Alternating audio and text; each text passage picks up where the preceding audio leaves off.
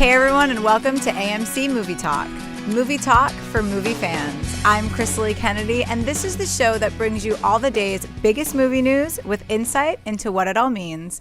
Joining me is AMC Movie News Senior Editor, John Campia. Hey, John. Hey, how you doing? I'm ready to get into some news. You ready? Awesome, let's go. All right. First things up, The Hobbit opened up in AMC theaters everywhere this past weekend with impressive results.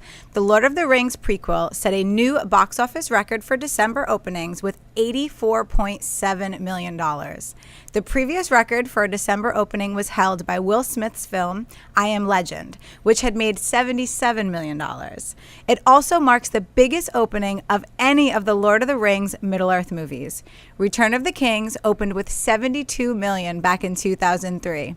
So, John, you've seen The Hobbit not once, but twice already. Twice so far. What did you think? And are you surprised by the numbers? I'm not surprised by the numbers. I think this is a good result. I mean, a lot of people forget that this is not the summer. The summer is when the biggest box office results happen. So some people, I was talking to some guys who are saying, The Hobbit's going to make $180 million opening weekend. No, this is December. That doesn't happen. The record was, as you were mentioning, I Am Legend, which was $77 million. That was the standard, and it blew it away. Not only did it blow it away, it also set it beat Return of the King for the biggest opening for any of the Lord of the Rings films as well, so it did well. That being said, because of the anticipation for it, I still thought it might make a little bit more. I thought it was going to make between 90 and 100 million opening weekend.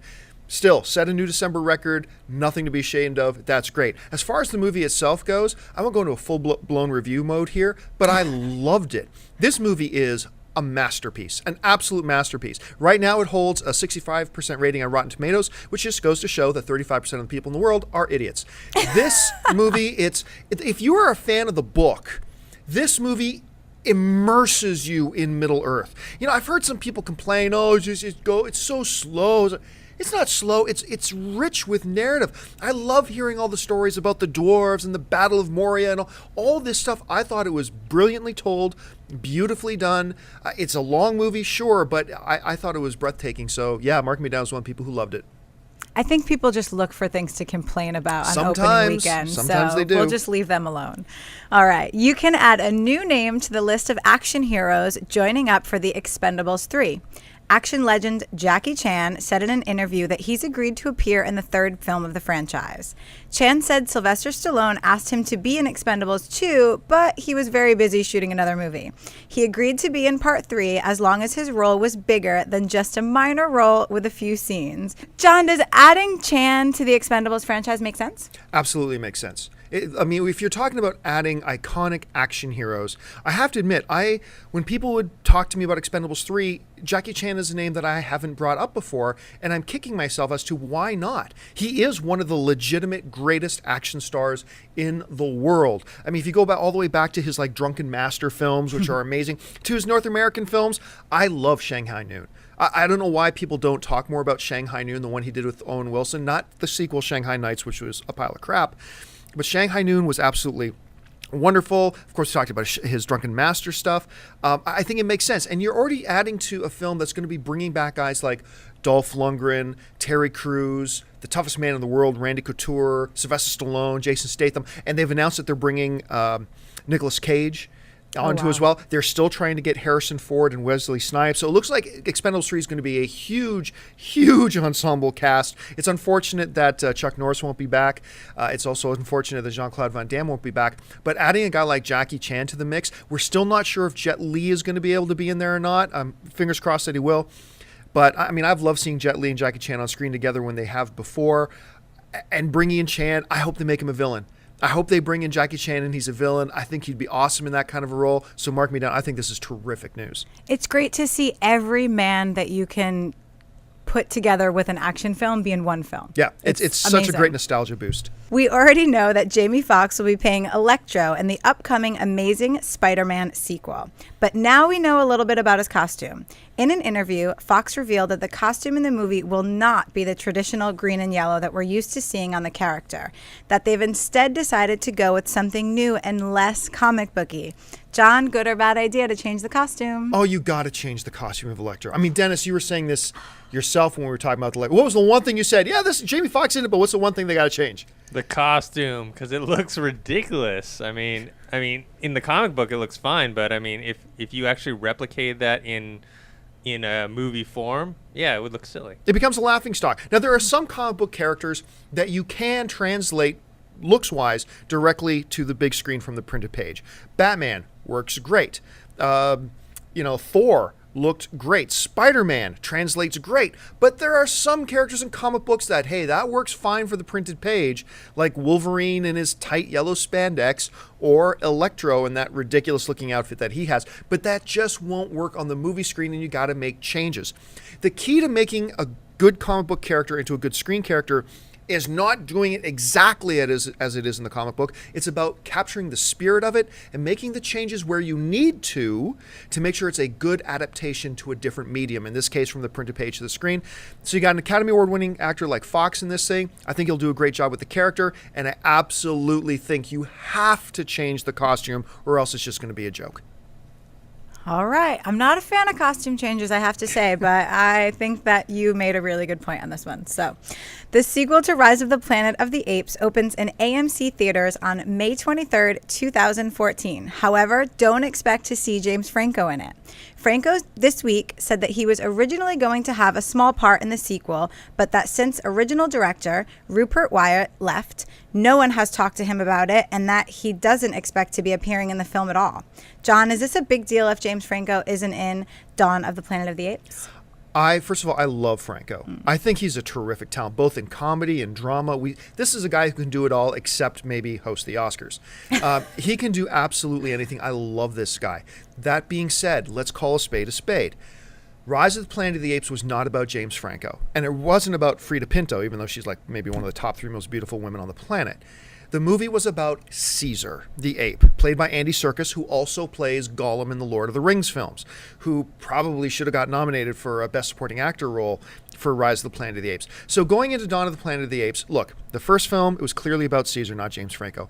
And so Franco not being in the sequel, while it's always a loss to lose a talent like James Franco and a name like James Franco, the reality is this isn't going to hurt the movie. This isn't going to affect the movie because the movie needs to be about Caesar. It needs to be about that ape. It needs to be about Andy Serkis. That's what everybody talked about from the first one. That's what people are going to talk about for the second one. So Franco, awesome, A+. Not being in the next Planet of the Apes movie, really, honestly, not a big deal. No, Planet of the Apes fans are going to go see the movie no matter what, aren't they? Absolutely. All right, Transformers 4 is on the way and will be released in AMC theaters in 2014 and will star Mark Wahlberg. This weekend, new rumors surfaced that a leaked script for the film reveals that the main villain will be none other than Unicron. John, does it make sense to use a character like Unicron in Transformers 4? Okay, so the first thing I should mention here is, like literally about 2 minutes ago, Michael Bay put out a statement saying, "This isn't true."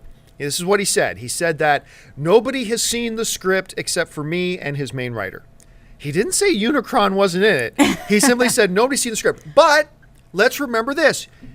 You just mentioned that Mark Wahlberg is starring in the film. Right. We reported on AMC Movie Talk a while ago that there was a serious rumor going around that Mark Wahlberg was going to be in Transformers 4. And Dennis, what did Michael Bay come out and say about that? He said that it wasn't true, and then later it was true. Yeah, he came out and said, no, this is baloney. Mark Wahlberg isn't going to be in Transformers 4. Me and Mark are talking about a different movie. 2 days later, yeah, it's official, Mark Wahlberg is going to be in Transformers 4.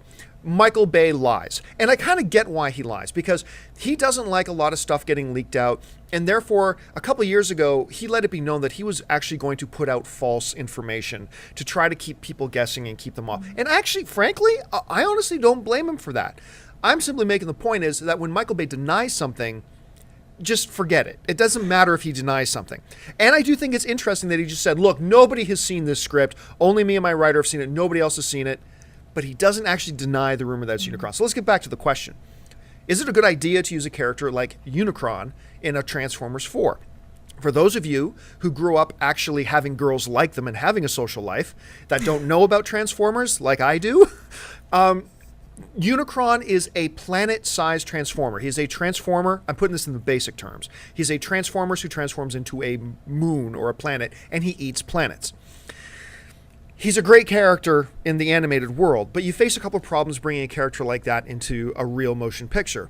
Number one, we've seen that galactic size character tried before in a superhero film. Galactus in Fantastic Four 2. And that was an unmitigated disaster. That was a totally botched attempt, and they actually ended up turning Galactus into this giant storm cloud. The other thing you do, the problem is this, is if you have a character and a villain that's the size of a planet, how do you fight him? Optimus Prime does not go toe-to-toe with Unicron. You can't do that. So there's a few problems with using Unicron. However, on the flip side, there is some advantages. I've always said that one of the biggest struggles and one of the biggest walls to going into a Transformers 4 is the fact you've killed so many key characters. Starscream's gone, Ironhide's gone, Jazz has been gone for a long time, Megatron is gone. I mean, all these key characters, I believe they killed Shockwave as well. All these key characters are gone. How do you have a Transformers movie without Megatron? The answer? Unicron in the animated series can resurrect Transformers. He can actually take Transformers and bring them back to life. In the animated stuff, he takes a dead or at least dying Megatron and turns him into the new character, Galvatron. So, I mean, there are some advantages actually to using a character like Unicron. Good or bad idea? I think we're going to have to save our final decisions until we see some trailers and see how they're going to use them. I agree. So listen, folks, that will do it for us. Thank you so much for joining us on this episode of AMC Movie Talk. Don't forget you can join us every day right here on our YouTube channel, which, by the way, stop what you're doing, take a second, and click the subscribe button. Become a subscriber for our AMC Movie News YouTube channel. It'll keep you up to date on everything going on in the world of movie news, our editorials, and of course, our daily AMC Movie Talk show. And while you're at it, don't forget to follow us on Twitter at twitter.com/AMC Theaters. Become one of the people who likes us on Facebook. Almost 4 million people already do at facebook.com/AMC Theaters. I want to thank Chris Lee. Thank you so much. Thank you for having me. And of course, Dennis Zen. No problem. And thank you guys again for joining us. Once again, click that subscribe button, and we will see you again tomorrow. My name is John Campea for AMC Movie News, and until next time, bye-bye.